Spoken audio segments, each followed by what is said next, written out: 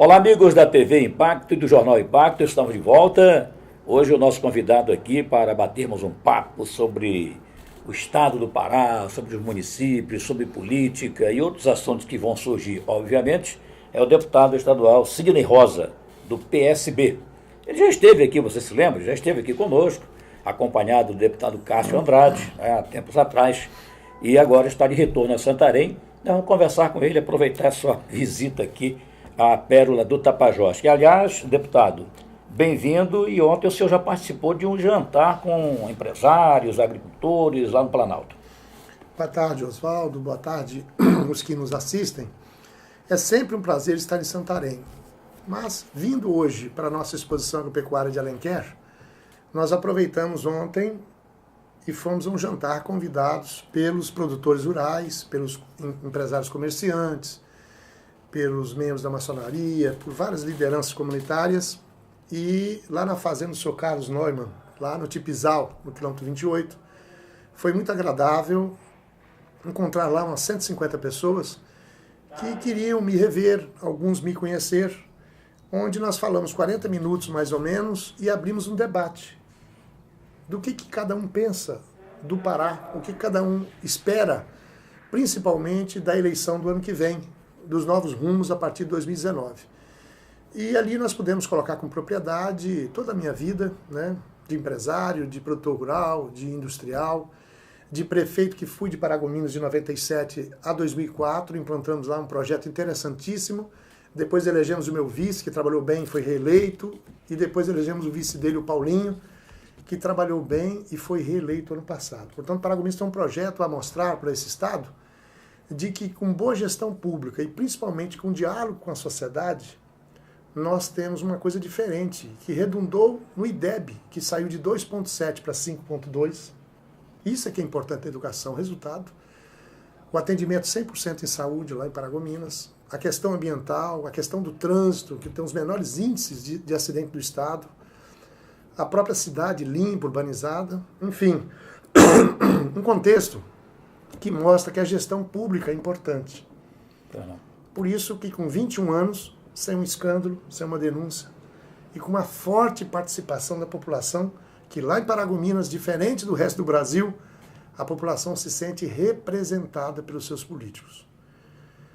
A gente espera que depois da Lava Jato, vai demorar alguns anos, a gente tenha um novo Brasil. Mas é evidente que num país que tem a carga tributária na ordem de 40% do PIB, e que depois de você pagar tanto imposto na energia, no consumo dos produtos, na passagem de avião, aérea, de ônibus, a vida cara, a gente tem que ter uma participação na política. É na política que se resolve toda a nossa vida. Certo. Portanto, talvez a dor da crise seja boa para termos uma eleição ano que vem mais consciente. Esse é o propósito, inclusive, de andarmos pelo Estado, ouvindo as lideranças, ouvindo as pessoas, para que a gente possa se preparar, inclusive, para uma pré-candidatura o ano que vem. Certo. Inclusive, na última entrevista que nós fizemos aqui, nós colocamos essa questão da possibilidade da sua pré-candidatura, né, que foi confirmada pelo deputado Cássio, que é o presidente do PSB no Pará. E hoje eu pergunto o seguinte: o senhor tem muito mais, digamos assim, a população lhe conhece muito mais de Paragominas e parte lá do sul do Pará. É verdade. Na situação. Em termos de oeste do Pará, o senhor praticamente pouco conhecido. Aí eu pergunto para o senhor o seguinte: para o nosso internauta que nos assiste, aquele que lê o jornal Impacto, ou através do nosso site, ou através do próprio impresso, nessas suas viagens e andanças pelo oeste do Pará, e com a sua disposição de se lançar um pré-candidato ao governo do estado do Pará, e claro, com compromisso a essa região, o que é que o senhor já percebeu como pré-candidato que precisa, no caso de sua candidatura e posteriormente eleição, o oeste do Pará precisa? Nosso sentimento de 37 anos no Pará, antes de ser prefeito como empresário, principalmente quando prefeito 8 anos, voltei para minha empresa mais 6 anos, e deputado estadual eleito em 2010 e reeleito em 2014, no segundo mandato, a percepção que eu tenho andando pelo Pará é que falta uma integração entre o interior e a capital. Parecem um de costas para o outro. De Paragominas para baixo é todo mundo ligado à Imperatriz, no sul do Pará é todo mundo ligado lá, Araguaína, Palmas e Goiânia, vocês aqui em Santarém muito ligados a Manaus, Sim. e a contracosta do Marajó toda ligada em Macapá. A gente precisa ter uma integração desse estado. Tanto que na pesquisa, 69% dos paraenses querem um governador honesto, transparente e ficha limpa. 13% dos paraenses querem um governo presente. Não fala em dividir o estado, fala que é um governo presente. E mais 13% dos paraenses querem um governador empreendedor que tenha coragem e vá para cima. Isso nós colhemos diante da pesquisa que 2.000 pessoas foram ouvidas em 48 municípios do Pará. Sim. Portanto, tem um sentimento forte de mudanças, principalmente, Oswaldo, porque há 60 anos atrás, Belém do Pará, capital, tinha 80% dos eleitores desse estado. Juscelino abriu a Belém Brasília, os militares abriram a Transamazônica, a Cuiabá-Santarém, a Pará-Maranhão, a 158, e nós viemos de fora. Se o Pará continuasse isolado do Brasil como era um estado naquela época, não seria hoje mais do que 2,5 milhões de paraenses. Nós somos 8.400.000 paraenses. Então, inverteu. Hoje, 76% dos eleitores é no interior do Pará. Belém e Ananindeua dá 24%. Esse sentimento, talvez na minha pretensa futura eleição, possa ser a possibilidade, pela primeira vez, um governador do interior, pela primeira vez, um governador produtor rural, pela primeira vez, um governador industrial, pela primeira vez, um ex-prefeito do interior. Tudo isso é o que nós apresentamos e, principalmente, a gestão pública que nós fizemos como prefeito em Paragominas de um projeto que é continuado até hoje. Isso é que eu quero ver acontecer no Pará. O Pará está travado. O Pará precisa de se desenvolver, sob pena de perdermos o controle social. Mataram 3.000 pessoas em 2014. Mataram 3.320 em 2015. Mataram mais de 3.600 no ano passado. Esse ano já mataram, de janeiro a agosto, 2.997 pessoas, vai dar quase 4.000 pessoas. Isso é um quadro dramático, que nos tira a paz que nós tínhamos de ficar na frente da casa, de sair da casa do sítio e não ser roubado. Nós precisamos resolver isso. E uma grave sequela social resultante de tudo isso é a falta de emprego e renda. A falta de oportunidade. O Pará está travado pela questão ambiental, travado por falta de tipo de terra, travado por falta de incentivo à produção. Não temos outra alternativa para tirar o nosso povo da grave situação social somente através da geração de emprego e renda e as políticas públicas funcionando. Isso é que eu sonho para o Pará. Isso que você sonha. Eu tenho certeza que é a grande maioria. Tá. Deputado, você falou a questão do desemprego, né? Que é o primeiro item da pesquisa. Da pesquisa, né? Aliás, isso é no Brasil hoje, o desemprego graçou em todo o país.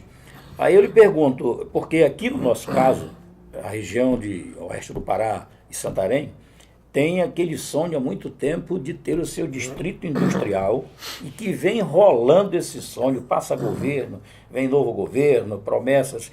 E, ultimamente, a questão era uma da escolha da área, né, para a instalação desse distrito. Isso, o senhor tem alguma informação sobre essa situação, como está? E, no caso de um futuro governador do Pará, isso se concretizar? A geração de emprego e renda não virá apenas de uma atividade econômica. Nós temos 400.000 famílias na agricultura familiar nesse estado que merecem uma atenção especial, porque não só na questão econômica, mas principalmente de solucionar na área social. Nós precisamos de fazer do estado do Pará um estado industrial para o que nós consumimos aqui. Nós temos uma indústria grande, mas de produto de exportação primário, minério de ferro. Isso não gera pouco emprego, não paga imposto. Mas dos itens que o paraense consome, nós vendemos para os outros estados 19 bi e compramos 57 bi de outros estados. Então, o desodorante vem de São Paulo, o pneu vem de São Paulo, a Gillette vem de São Paulo. Precisamos produzir pelo menos o nosso consumo e o que o Pará pode fornecer para a Amazônia, para o norte do Brasil. O senhor quer dizer que falta uma política de verticalização das nossas riquezas? Verticalização, de incentivo para criar um ambiente bom para termos aqui verdadeiramente uma indústria forte, um turismo forte. Somente com atividades produtivas é que você dinamiza o comércio local. Uma engrenagem apoiará a outra.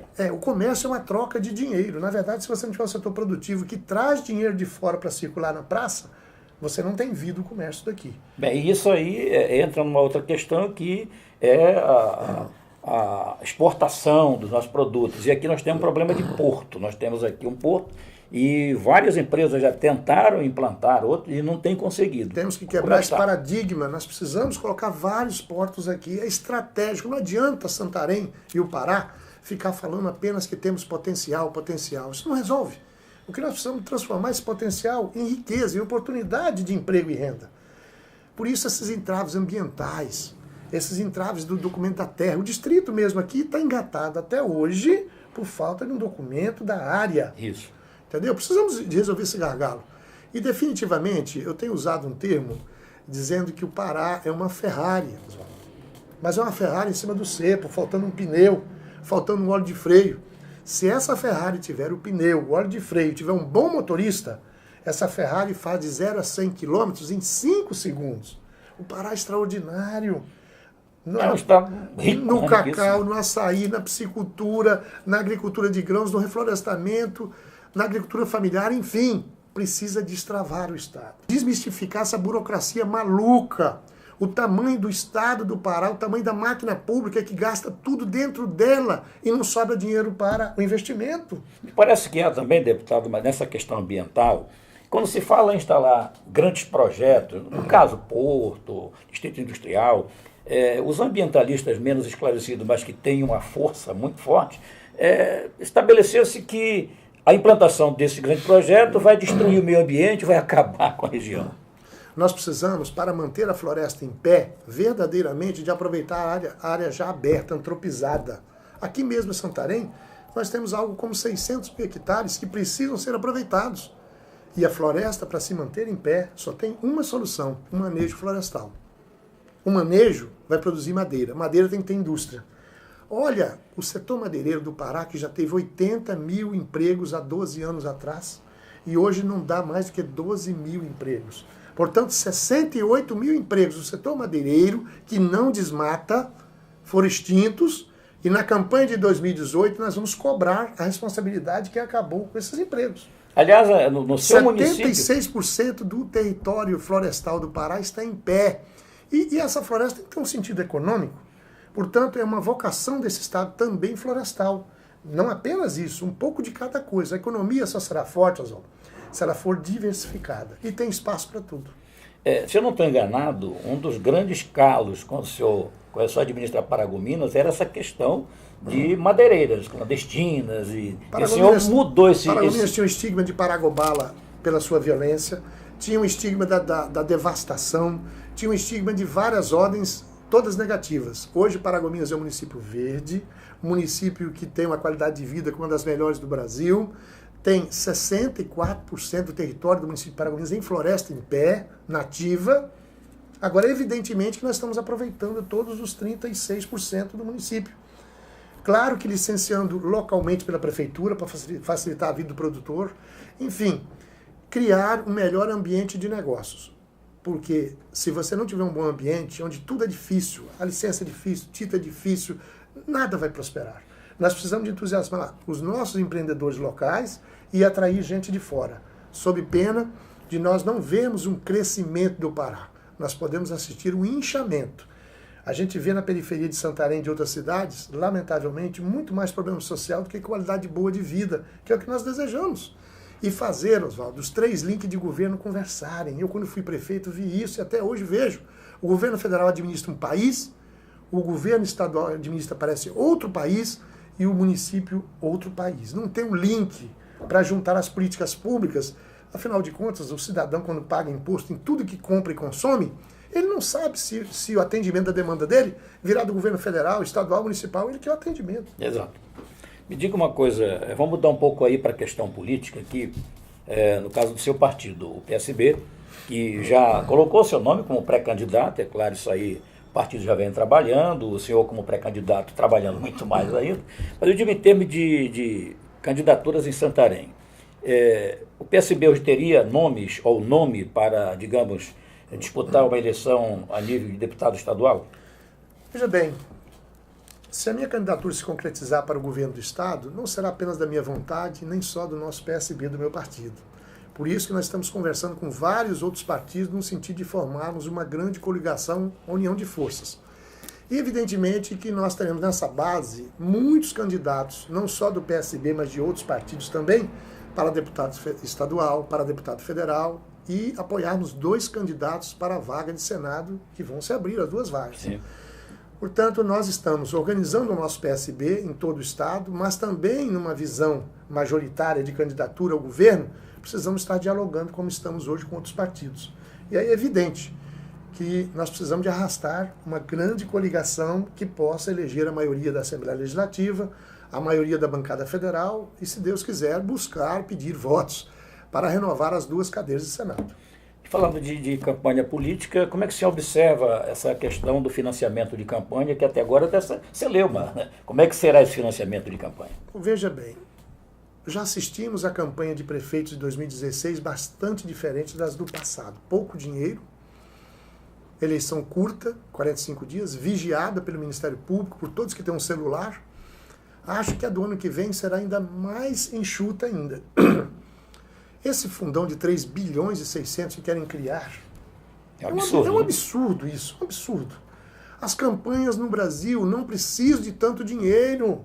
Nós precisamos discutir a essência da política pela qualidade dos candidatos, pela essência do que ele representa, do que ele já fez em favor da comunidade que representa. Por isso que eu acho que o ano que vem nós vamos ter, Oswaldo, uma eleição mais consciente. Acho que o tamanho da crise que se abateu na vida de cada um de nós vai fazer com que o próprio eleitor, ao ver o tamanho da crise dele, olhando para a televisão e vendo a origem da crise dele, que ele às vezes votou em muita gente que o decepcionou, vai fazer com que a gente tenha um voto mais consciente em 2018. Aliás, aí E aí eleições baratas, eleições que não tem que ter grande estrutura de marqueteiros caríssimos como foram até agora, para verdadeiramente trazer a política para o eixo dela. É mesmo porque essa questão de marqueteiros, eu tive minha posição, minha ideia, já participei também de eleições como candidato. Eu analiso assim, o marqueteiro ele tem um compromisso com alguém que o contrata. É aquele que é contratado para vender uma mercadoria. Vender uma imagem. Quanto mais ele embalar bonita a mercadoria, claro que vai ter a preferência do cliente. E nesse caso, a mercadoria é o candidato que, infelizmente, é usado e colocado à população como uma mercadoria. Ele embala bonitinho, prepara o discurso, ele lê no telepronto, mas não é aquilo que ele sente. E aí, produzido. Depois de eleito, então essa questão é... Aliás, só para concluir essa situação, é que na pesquisa também, você estava falando da questão da conscientização, há uma posição do cidadão hoje em não votar, grande maioria em quem esteja comprometido com a Lava Jato. 69% dos paraenses não votam em Lava Jato. Então tem muitas figuras por aí, se dizendo pré-candidato, que vão estar fora do páreo. Até porque a Lava Jato continua, ela é uma caixa de marcha que só tem marcha à frente, não tem marcha ré mais, né? Provado em figuras como Marcelo Odebrecht, vai fazer 3 anos preso, o maior empresário do Brasil. As figuras filiadas ao PT, do próprio PT, a grande maioria presos, só faltam poucos. E não é só do PT, agora é a vez do PMDB, que também está na linha de tiro. Não tem jeito. A partir do momento que o cidadão tem isso aqui na mão, não existe mais gente besta nesse estado, Oswaldo. Não existe mais gente besta. O cidadão hoje, mais do que nunca, ele está informado. E eleitor nenhum vota errado. Eleitor vota diante da consciência dele do que ele acha melhor para ele. Eu tenho esperança de que a Lava Jato seja um divisor de águas da política brasileira, entre o antes da Lava Jato e depois da Lava Jato. Até porque esse país merece coisa melhor. É o país mais viável do mundo, Oswaldo. E não é possível nós estarmos pagando um mico internacional de joelhos, uma crise fabricada pela corrupção, pela falta de compromisso dos que foram eleitos, e nos trouxe uma desgraça dessa. Nós perdemos algo como 20 anos da nossa vida. É verdade. 20 anos da nossa vida foram perdidos. Você já imaginou a consequência disso na vida de cada um de nós? Então eu tenho a esperança de que o ano que vem a gente tenha uma eleição mais consciente. Eu estava vendo hoje uma notícia, né? A manchete dizia o seguinte: o quadrilhão desviou 3 bilhões. Né? Nesse caso da última denúncia do procurador Rodrigo Janot, aquela cúpula desviou aí, o quadrilhão no caso, né? A quadrilha que ele classificou como quadrilha, né? desviou 3 bilhões. 3 bilhões e meio. Só essa quadrilhazinha. Já imaginaram que daria para fazer, né, para o bem-estar da sociedade brasileira? Então a corrupção realmente ela é corrói. Agora, eu quero chamar a atenção do eleitor também, do internauta que é eleitor, porque a corrupção não é só aquela que desvia 1 bilhão. Aquele eleitor que vende seu voto por R$20 é corrupto também. Começa aí. Começa aí. Então, se você crucifica, né, o político como corrupto porque desviou dinheiro da merenda escolar, da saúde, da educação, mas você também, quando pratica esse ato, vendendo o seu voto por R$20, R$30, 50, trocando por uma saca de cimento e tudo, você é também um corrupto e você contribui, você é conivente com a corrupção. Então é preciso que o eleitor tenha consciência disso. Eu não quero ninguém corrupto, mas eu não quero ser corrupto também, não posso ser. Deputado, eu poderia conversar com o senhor e o senhor comigo aqui há muito tempo, mas a gente tem um limite. A gente agradece a sua participação e fique à vontade para essas colocações. É sempre um prazer, Oswaldo, estar em Santarém e ter essa oportunidade. Enviar para todos a nossa mensagem que um deputado, enquanto anda pelo Estado, como eu faço, onde eu chego, eu pergunto como é que vai a segurança, como é que vai a escola estadual, como é que vai a saúde, como é que estão as estradas, para levar esse sentimento de onde a gente passa para a tribuna da Assembleia na terça e quarta-feira, nas sessões ordinárias, e depois levar na Secretaria de Governo a cobrança dessas demandas. Essa é uma questão. A outra, não tem por que esconder, também nos preparando, todos nós, para o ambiente que nós vamos viver o ano que vem. O ano que vem, seja bom ou ruim, nós vamos eleger um novo governador. E o pré-candidato, seja bom ou ruim, um novo presidente. E o pré-candidato Sidney Rosa já imaginou, quem sabe, um nome para vice do oeste do Pará? Bem, essa articulação, essa conversa toda, Oswaldo, vai acontecer nesses próximos 10 meses. Não descarto, mas ainda precisa muito de negociação. É evidente que o oeste do Pará tem uma importância muito grande, não apenas eleitoral, mas também econômica, social, cultural, tudo isso. Isso tudo vai resultar de uma articulação entre os diversos partidos que vão se unir em volta de uma candidatura. Okay. Por isso que, com prazer, novamente em Santarém, dá o meu abraço a todos e até uma próxima oportunidade. Nós é que agradecemos. E a TV Impacto é sempre assim, prestando serviço para melhor informar o cidadão.